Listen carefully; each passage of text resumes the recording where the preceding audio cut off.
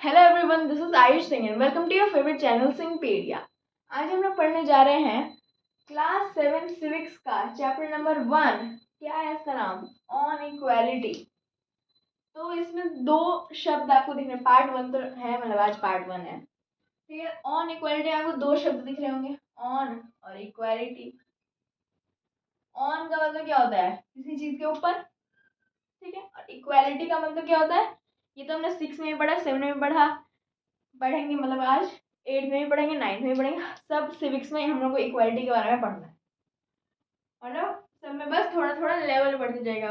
मतलब अभी इक्वालिटी के बारे में पढ़ रहे हैं, फिर देखेंगे कि क्या क्या इक्वालिटी के लिए मूवमेंट्स लाए गए थे। ऐसे करके लेवल बढ़ते जाएगा। बस इक्वालिटी तो सब में है, ठीक है। तो इक्वालिटी पर, ये हुआ इस चैप्टर का हिंदी का नाम, इक्वालिटी पर।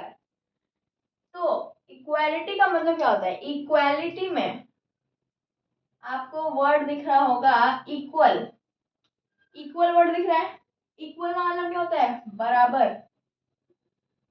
तो जब सारे लोगों को बराबर माना जाए, क्या बोला मैंने? Equality is the idea that all people are equal. एक ऐसा आइडिया है जो बताता है हम लोगों को कि सारे लोग इक्वल हैं। किस बेसिस पर इक्वल है? तो हम देखेंगे कि रिगार्डलेस ऑफ देयर, क्या क्या चीज को साइड पे रख के लोग इक्वल हैं।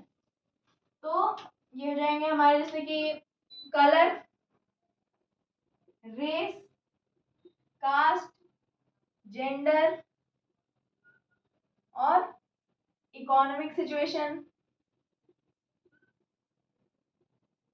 बहुत सारे आ जाते हैं ना हमारे पास, एटसेट्रा। बहुत सारे क्राइटेरियाज होते हैं, क्राइटेरिया होते हैं जिससे हम लोग डिसाइड करते हैं कि पीपल जो है इक्वल हैं। इन सबको छोड़ के, इन सबको, उनके इन सारी चीजों को नहीं देखना है हम लोगों को, तब भी वो इक्वल रहेंगे। कहाँ पे इक्वल रहेंगे?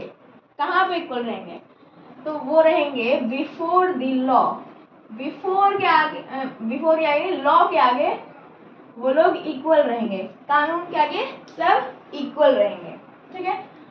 और जैसे कि, मतलब मैंने कानून के आगे क्यों लिखा, सबके आगे क्यों नहीं लिखा? क्योंकि सबके आगे भी होना चाहिए, लेकिन हम करते कहाँ हैं? जैसे आप इसी चैप्टर में हम लोग को आगे बढ़ने को मिलेगा कि आर्टिकल 18 में है अबॉलिशन ऑफ टाइटल्स। मतलब पूरा अगर इक्वलिटी मत करें तो वो आर्टिकल 14 से लेकर 18 तक है, लेकिन जो 18 वाला है उसके अंदर है abolition of titles. Abolition of titles यानी किसी भी आदमी को आप टाइटल नहीं दे सकते हो, दूसरा निकनेम। लेकिन आप अपने बेस्ट फ्रेंड को टाइटल देते हैं, तो वो तो इसके अगेंस्ट हुआ। इसलिए वो वर्ड है बिफोर द लॉ, लॉ के आगे। ऐसे नॉर्मल लाइफ में नहीं करना चाहिए, बट ऐसे हम लोग फन के लिए करते हैं, इसलिए वो सब चलता है, ठीक है। इक्वालिटी क्या हो गया, समझ गया? फर्स्ट टॉपिक क्या था हमारा? Topic to be covered today में क्या है? इक्वालिटी, डेमोक्रेसी और यूनिवर्सल एडल्ट फ्रेंचाइज। तो इक्वालिटी का मतलब हम लोग को समझ में आ गया। इक्वालिटी का मतलब होता है कि जब मान लो ये एक आदमी है, मानो क्या है, ये एक आदमी है, ये है और ये है। ये मैंने 4 आदमी बना दिए, ठीक है। मैंने 4 आदमी बना दिए। एक आदमी जो है उसका रंग हरा है, एक आदमी जो है उसका एक और का रंग हरा है, एक आदमी का रंग काला है और दूसरे का भी। तो क्या इस बेसिस पर हम डिस्क्रिमिनेट कर सकते हैं कि इसको, इन दोनों को हम लोग वोटिंग करने देंगे इलेक्शन में? वो ये दोनों रहेंगे, 1 और 2 रहेंगे, 1 और 3 रहेंगे, लेकिन 2 और 4 क्योंकि काले हैं इसलिए वो नहीं जा सकते इलेक्शन में। ऐसा तो नहीं होगा। तो कलर के बेसिस पर, रेस के बेसिस पर कि वो ये एशिया से आए हैं, ये यूरोप से आए हैं, यूरोप से आए हैं तो मतलब ये इंडियन है और ये कौन सा मान लो, कोई भी मान लो यूरोपियन है, ठीक है, तो इन्हें करने देंगे क्योंकि ये बाहर से हैं, ये इंडिया से हैं, इन्हें नहीं करने देंगे इलेक्शन। ऐसे भी नहीं होगा, रेस के हिसाब से भी नहीं कर सकते हैं। कास्ट, मान लो ये दोनों यादव है, ये दोनों राजपूत हैं, तो इनको करने दिया, इनको नहीं करने दिया, ऐसा तो नहीं हो सकता। जेंडर, मान लो ये दोनों फीमेल है, ये दोनों मेल है, तो ऐसा भी नहीं होगा कि फीमेल को नहीं करने दे मेल को करने दे, या ऐसा भी नहीं होगा मेल को नहीं करने दे फीमेल को करने दे। इकोनॉमिक सिचुएशन, मान लो ये गरीब है, ये अमीर है, ये गरीब है और ये भी अमीर है, तो क्या गरीब को नहीं करने दिया जाएगा, सिर्फ अमीर को करने दिया जाएगा वोट? नहीं। तो इन सारे बेसिस पर, और भी बहुत सारे बेसिस होते हैं, उन सारे बेसिस पर हम लोग डिस्क्रिमिनेट नहीं करें लोगों को। इस चीज के आइडिया को हम लोग क्या बोलते हैं, ये इक्वालिटी तो आइडिया है, इस चीज के आइडिया को हम क्या बोलते हैं, इक्वालिटी बोलते हैं। तो ये बेसिस हम लोग को समझ में आ गए, ठीक है। वैसे ही मतलब मैंने ये क्या बताया था अभी आपको, आर्टिकल्स के बारे में बताया था। आर्टिकल क्या होता है, कॉन्स्टिट्यूशन जो है हमारा, कॉन्स्टिट्यूशन जो है उसमें बहुत सारे आर्टिकल्स होते हैं जिनमें अलग अलग चीजों के बारे में बताया गया होता है कि ऐसा करना है, ऐसा नहीं करना है, ठीक है, जिसे हम लॉज एंड ऑर्डर्स भी बोलते हैं, ठीक है, लॉज एंड ऑर्डर्स, ये जिसे हम बस बोलते हैं कानून, हाँ, वो होता है। उसमें आर्टिकल 14, 15, 16, 17 और 18 के बारे में हम लोग को पढ़ना होगा इस चैप्टर में, बट आज की वीडियो में नहीं, किसी और पार्ट में, पार्ट 1 है तो यही तीनों टॉपिक्स होंगे हमारे। नेक्स्ट टॉपिक क्या है हमारा, डेमोक्रेसी। इक्वालिटी के बारे में हमने देख लिया, डेमोक्रेसी क्या होता है। तो डेमोक्रेसी, नाम तो सुना सुना लग रहा होगा आपको, अगर आप 7th में हो या 8th में हो या मतलब 6 के आगे वाले क्लासेस में हो, तो आपको नाम तो सुना सुना लग रहा होगा कि डेमोक्रेसी क्या होता है। एक मिनट, डेमोक्रेसी क्या होता है। तो अगर आप मान लो 7th में, तो 6 का थोड़ा बहुत याद होगा आपको, तो 6th क्लास में आपने 3rd चैप्टर देखा होगा, क्या नाम था, गवर्नमेंट। गवर्नमेंट जो चैप्टर था उसमें हमने पढ़ा था कि डेमोक्रेटिक गवर्नमेंट, वही डेमोक्रेटिक गवर्नमेंट के गवर्नेंस को हम लोग क्या बोलते हैं, डेमोक्रेसी बोलते हैं, ठीक है। डेमोक्रेसी का मतलब होता है कि एवरी पर्सन, इसका मतलब क्या होता है, every person has equal right to vote through free and fair elections to choose their representatives. इसका मतलब क्या हुआ, मैंने कुछ भी लंबा चौड़ा लिख दिया, ठीक है। इसका मतलब क्या हुआ, ये हम समझेंगे तो हमको याद भी हो जाएगा, रिप्रेजेंटेटिव्स। इसका मतलब ये हुआ कि डेमोक्रेसी में क्या होता है ना, डेमोक्रेसी में क्या होता है कि, डेमोक्रेसी में ये होता है कि लोग रूल करते हैं, लोग रूल करते हैं, उनको मतलब वो है, राइट है कि वो रूल करें, ठीक है, इसलिए इलेक्शंस में लोग खड़े हो सकते हैं। और जिन लोगों को रूल नहीं करना, वो दूसरे लोगों के माध्यम से भी रूल कर सकते हैं, ठीक है। तो जो दूसरे लोग हैं जिनके माध्यम से कोई और रूल कर रहा है, उनको हम लोग क्या बोलते हैं, रिप्रेजेंटेटिव्स बोलते हैं।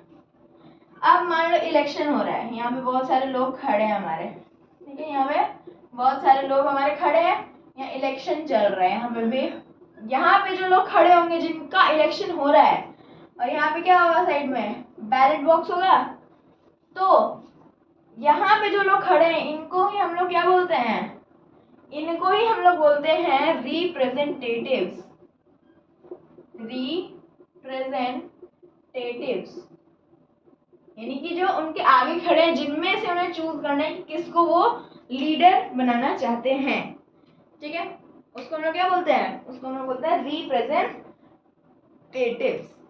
अब देखो इसका मतलब क्या हुआ जो मैंने लिखा, every person has equal right to vote through free and fair elections to choose their representatives. तो आदमी के पास, सब लोगों के पास एक राइट होता है। किस चीज का? Right to vote. Right to vote यानी कि वो वोट दे सकते हैं कि वो अपने रिप्रेजेंटेटिव्स को चूज करें। अब वो उस पूरे प्रोसेस को हम लोग क्या बोलते हैं? उस पूरे प्रोसेस को हम लोग बोलते हैं इलेक्शन। इलेक्शन का मतलब, क्योंकि हम लोग क्या कर रहे हैं? चूज का मतलब क्या? चूज का मतलब सिलेक्ट नहीं कर रहे हैं, इलेक्ट कर रहे हैं उनमें से। एक होता है सिलेक्ट और एक होता है इलेक्ट। इलेक्ट का मतलब होता है कि इलेक्शन में क्या हो रहा है, हम लोग किसी का नाम बैलेट बॉक्स में डाल रहे हैं और वो चूज हो रहा है एज अ लीडर। सिलेक्ट का मतलब क्या होता है कि यही रिप्रेजेंटेटिव्स एक जगह बैठे हैं, ठीक है, सारे रिप्रेजेंटेटिव्स, वो अपने में से एक को खड़ा करेंगे, वो उसको रूलर बना देंगे। ये हुआ सिलेक्शन, इसको सिलेक्शन बोलेंगे। लेकिन ये जो हमने दिया वोट, उसको इलेक्शन बोलेंगे। तो सिलेक्ट और इलेक्ट में आपको अंदर समझ में आ गया हो, आई होप, ठीक है। तो ये जो इलेक्शन हो रहा है, इस प्रोसेस को इलेक्शन बोलते हैं। और ये इसका कोई कॉस्ट तो लगता नहीं है कि हम लोग पैसे देंगे तब ही हम जाके खड़े हो सकते हैं वोट में। ये एकदम फ्री होता है। और क्या होता है? और ये एकदम फेयर होता है कि आपने मान लो यहाँ पे कोई खड़ा था, मान लो इसका नाम है ए और इसका नाम है बी, तो आपने दिया ए को वोट और दूसरे ने दिया बी को वोट। अब जो देख रहा होगा उस वोट को, उसने बोला कि नहीं, मैं तो चाहता हूँ कि बी ही बने, तो वो आपा हटा के बी ही लिख दे। ऐसा तो नहीं होगा, मतलब उसमें बी लिख नहीं सकते क्योंकि उसमें ऐसे ऑप्शन होते हैं ए बी सी डी। मान लीजिए ए बी सी डी है और एक होगा नॉन ऑफ दी अबव, ठीक है। उनमें से हम लोग को चूज करना। अगर आपको किसी को नहीं चूज करना तो नॉन ऑफ द अबव कर दो, ठीक है। तो मान लो मैंने ए को किया और इसने किया बी को, इसने बी को किया। अब ऐसा तो कर नहीं सकता ये कि यहाँ से हटा के ये यहाँ लगा दे, ऐसा नहीं ना हो सकता।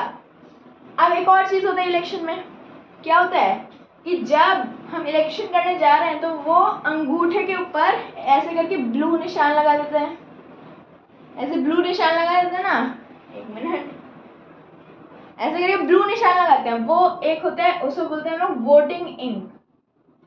और वो इंक इतने आसानी से छूटती नहीं है, वो इंक आसानी से छूटती नहीं है। क्यों नहीं छूटती है? क्योंकि वो हम लोग को बताती है कि आपने वोट दे दिया है। अब आप मान लो आपका मन कर रहा है कि मैं सबको वोट दे दूँ, अब दानी हूँ एकदम, ठीक है, मैं सबको वोट दे देता हूँ। ए को भी वोट दे दिया, फिर वापस गया, फिर वापस आया, हाँ मैं ए को एक और वोट देना है। बी को वोट दे दिया, फिर गया, फिर आया, सी को वोट दे दिया, डी को वोट दे दिया और एक बार किसी को नहीं दिया। तो ऐसा नहीं कर सकते हम। उसी को पता लगाने के लिए क्या होता है, एक इंक होता है, उसे क्या बोलते हैं हम? वोटिंग इंक, ठीक है। तो डेमोक्रेसी में यही होता है कि लोग जो है अपने रिप्रेजेंटेटिव्स को चूज कर सकते हैं, ठीक है। ये तो एक फॉर्म ऑफ गवर्नमेंट है ना। आपने फॉर्म ऑफ गवर्नमेंट में 6 में तो पढ़ लिया है, बहुत ज़्यादा पढ़ लिया आपने 6 में। क्या क्या पढ़ा था हमने पढ़ा डेमोक्रेसी, एनार्की, टेक्नोक्रेसी, और क्या पढ़ा था हमने पढ़ा था ओलिगार्की, और क्या पढ़ा था हमने पढ़ा था टोटलिटेरियनिज्म, डिक्टेटरशिप। बहुत सारे फॉर्म्स ऑफ गवर्नमेंट थे जिनके बारे में हमने पढ़ा। अगर नहीं याद है तो थोड़ा रिकॉल करो। मतलब मैं आपको 4 जो कॉमन होते हैं वो बताया था, डेमोक्रेसी, ओलिगार्की, डिक्टेटरशिप और टोटलिटेरियनिज्म, ठीक है। तो इन 4 में लोगों को कंफ्यूजन होता है, इसलिए मैं बता रहा हूँ। डेमोक्रेसी और ओलिगार्की में कंफ्यूजन क्या है? डेमोक्रेसी में भी लोग इलेक्ट कर रहे हैं, ओलिगार्की में भी लोग इलेक्ट कर रहे हैं। क्या हो रहा है इसमें अंतर? तो अंतर ये हो रहा है कि डेमोक्रेसी में जो इलेक्ट कर रहे हैं वो सारे लोग मिलके इलेक्ट कर रहे हैं। जिनको नहीं है ना वो नहीं है, ठीक है, पर सारे लोगों को ये राइट है कि वो इलेक्ट करे। लेकिन ओलिगार्की में क्या होता है कि एक ग्रुप ऑफ पीपल होता है, एक ग्रुप ऑफ पीपल होता है जो कि वोट करता है, जो कि डायरेक्ट वोट करता है। लोगों को वोट का अधिकार नहीं है, जो ऑर्डिनरी पीपल है, जो एक ग्रुप बना है लोगों का, वो इलेक्ट करता है या वो सिलेक्ट करता है उन्हीं में से, ठीक है। तो उसमें सिलेक्शन भी हो सकता है, इलेक्शन भी हो सकता है, ठीक है। तो ये इन दोनों का अंतर समझ में आ गया। एक है हमारा डिक्टेटरशिप और एक हमारा टोटलिटेरियनिज्म, ठीक है। इसका बहुत लंबा चौड़ा नाम है, क्या है? टोटलिटेरियनिज्म। टोटलिटेरियनिज्म इसका मतलब क्या हुआ? देखो, मैं बस इसका मतलब ऐसे नहीं है, मतलब आया, बस मैं आपको याद करने का तरीका बता दूँ। टोटल वर्ड है, LITER ले लो, लिटर, टोटल लिटर, वैसे वो तो कोई लिटर नहीं होता है, बस लिटर समझ लो। टोटल लिटर सबसे बकवास चीज है वो।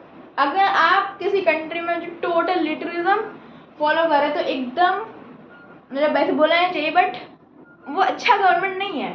क्यों? क्योंकि टोटल लिटरिज्म में क्या होता है कि लोगों को कोई छूट ही नहीं होती, लोगों को कोई छूट ही नहीं है। जैसे कि मतलब उनके पब्लिक लाइफ में तो ठीक था, उनके पर्सनल लाइफ में भी उनको छूट नहीं है। ठीक है, उनके पर्सनल लाइफ को तक को भी ये लोग जो उनके वो होंगे रूलर, वो चेक कर सकते हैं। जैसे कि अभी भी है टोटल लिटरिज्म, किसमें? नॉर्थ कोरिया में है क्या? कौन है? Kim Jong Un. वो क्या, उस गवर्नमेंट को क्या बोलते हैं? टोटल लिटरिज्म, ना कि डिक्टेटरशिप। डिक्टेटरशिप कुछ लोग बोल देते हैं, बट अगर कोई बोले आपके सामने तो करेक्ट करता है ना आप, उसमें टोटल लिटरिज्म है। अब डिक्टेटरशिप क्या होता है? डिक्टेटरशिप का मतलब होता है, डिक्टेटर में एक वर्ड, डिक्टेटरशिप में वर्ड क्या है? डिक्टेटर, यानी कि ऐसा आदमी जो रूल करे। ऐसे तो बहुत सारे होते हैं, मोनार्क का भी मतलब यही होता है, और टोटल लिटरिज्म में भी यही कर रहा था। मोनार्क में क्या होता है? राजा या रानी होती है। इसमें क्या हो रहा है कि कोई आदमी है जिसको जो मतलब जो कुछ भी कर सकता है, मतलब लोगों को छूट नहीं है किसी चीज की। इसमें इससे तो अच्छा ही है डिक्टेटरशिप। अगर तो डिक्टेटरशिप में हो तो आप खुश रहो, क्योंकि टोटल लिटरिज्म नहीं है आपकी कंट्री में। ठीक है, क्या होता है डिक्टेटरशिप में? इसमें पब्लिक लाइफ पे कंट्रोल होता है डिक्टेटर को, लेकिन पर्सनल लाइफ पे होगा कि नहीं होगा? अगर आप बोल रहे हो होगा, थोड़ा कॉमन सेंस लगाओ, नहीं होगा। क्यों? क्योंकि टोटल लिटरिज्म में भी मैंने यही बताया, पब्लिक लाइफ पे भी नहीं होगा, पर्सनल पे भी नहीं होगा। तो अगर पब्लिक लाइफ पे भी नहीं है और पर्सनल लाइफ में भी नहीं है तो क्या, सॉरी मैंने उल्टा बोल दिया, पब्लिक पे भी होगा और पर्सनल पे भी होगा। इसमें पब्लिक पे है, लेकिन अगर पर्सनल पे भी होगा तो ये भी तो टोटल लिटरिज्म ही हो गया, है ना? तो इसमें पर्सनल लाइफ में नहीं, पर्सनल लाइफ आप जो करना है करो, पब्लिक लाइफ में रूल्स हैं। जैसे इसमें नॉर्थ कोरिया नहीं आएगा, इसमें आ जाएगा जैसे जिम्बाब्वे। ये जो कंट्री जिम्बाब्वे साउथ अफ्रीका में, वहां पे डिक्टेटरशिप है। लेकिन जो नॉर्थ कोरिया है, जहाँ पे किसी को कुछ करना अलाउड नहीं है अगर वो अगेंस्ट द रूल्स है उनके, किम जोंग के। ठीक है, तो वो क्या है? टोटल लिटरिज्म। याद रखना, टोटल लिटर और लास्ट में निज्म लगा देना, निज्म नहीं निज्म। ठीक है, टोटल लिटरिज्म। ठीक है, तो ये हो गया डेमोक्रेसी। लास्ट टॉपिक क्या है? लास्ट टॉपिक मतलब आज का लास्ट टॉपिक, चैप्टर का लास्ट टॉपिक मत समझना, मतलब ये टॉपिक तो बस इतना ही सही था, इतना सा बस मैंने हमको थोड़ा एक्सपैंड करके रिकॉल करवा दिया, कोई बात नहीं, ज्यादा जाना। अगर 7th में इसका मतलब ये नहीं कि 6 का भूलते जाओ, 6 का भी याद रखो कि हमने क्या पढ़ा था, उससे रिलेट करके चलते हैं। ये सिस्टम में क्या करना होता है? डॉट्स को कनेक्ट करना होता है ना, तो उन्हीं डॉट्स को हम लोग को कनेक्ट करना है। लास्ट हमारा टॉपिक आ रहा है क्या? Universal adult franchise. इसे ऐसे भी लिखते हैं, ई के ऊपर ई भी लिख सकते हैं हम, या ई के ऊपर ऐसे भी कर सकते हैं। ठीक है, तो ये अभी स्पेलिंग में नहीं जाते हम, है ना, और लंबा वीडियो हो जाएगा। ठीक, ऑलरेडी ये 20 मिनट का वीडियो हो गया है, कोई बात नहीं। अभी आगे देखो, बस आपको समझ में आ रहा है, मतलब कितना भी लंबा वीडियो, कोई बात। यूनिवर्सल एडल्ट फ्रेंचाइज क्या होता है? इसमें 3 वर्ड दिख रहे हैं, तीनों का मतलब इजी है। यूनिवर्सल का मतलब दुनिया भर में, all around the world, around the world नहीं, ऑल अराउंड आवर सेल्फ। मैं ऑल अराउंड द वर्ल्ड की तो बात ही नहीं कर रहा, मैं इंडिया की बात कर रहा हूँ। अडल्ट का मतलब क्या होता है? 18 प्लस, या फिर 18 भी, 18 या 18 प्लस, या हम बोल सकते हैं राइट 17 प्लस, इनको हम लोग क्या बोलते हैं, अडल्ट बोलते हैं। फ्रेंचाइजी का मतलब होता है right to vote, right to vote. हमारे आसपास जितने भी लोग हैं जो कि 17 से ज़्यादा के एज के, मतलब 18 या उससे ज़्यादा, तो इसमें क्या होता है कि उन्हें राइट टू क्या है, राइट टू वोट है, यानी कि वो सारे लोग क्या कर सकते हैं, वोट दे सकते हैं अपने रिप्रेजेंटेटिव्स को। जैसे मैंने अभी इलेक्शन बना के दिखाया था आपको, वैसे ही। तो इसका मतलब ये हुआ कि ऑल एडल्ट्स, इसका मतलब क्या हुआ, all adults have the right to vote. All adults have the right to, adults का मतलब क्या हुआ, 18 या 18 प्लस, या फिर जस्ट 17 प्लस अगर आपको लिखना है तो लिख लो, ठीक है, कोई बात नहीं है सब चीज़ों में। All adults have the right to vote, ये इसका मतलब यूनिवर्सल एडल्ट फ्रेंचाइज का मतलब ये होता है। जो छोटा सा टॉपिक था क्या, नहीं छोटा सा टॉपिक ये नहीं है, बट अगर आप 7th में हो तो ये छोटा सा ही टॉपिक है आपके लिए, ठीक है। तो इसलिए आज का ये यही खत्म होता है, क्योंकि 7th के क्लास के मैं पढ़ा रहा हूँ, ठीक है। तो ये था हमारा आज के टॉपिक्स, 3 टॉपिक्स पढ़े हैं, इक्वालिटी, डेमोक्रेसी और यूनिवर्सल एडल्ट फ्रेंचाइज। कौन से चैप्टर के, ऑन इक्वालिटी। आई होप कि आपको आज के तीनों टॉपिक समझ में आ गए हो। अगर आपको इस रिलेटेड कोई भी डाउट्स है तो आप मुझे कमेंट से पूछ सकते हैं। Thank you very much.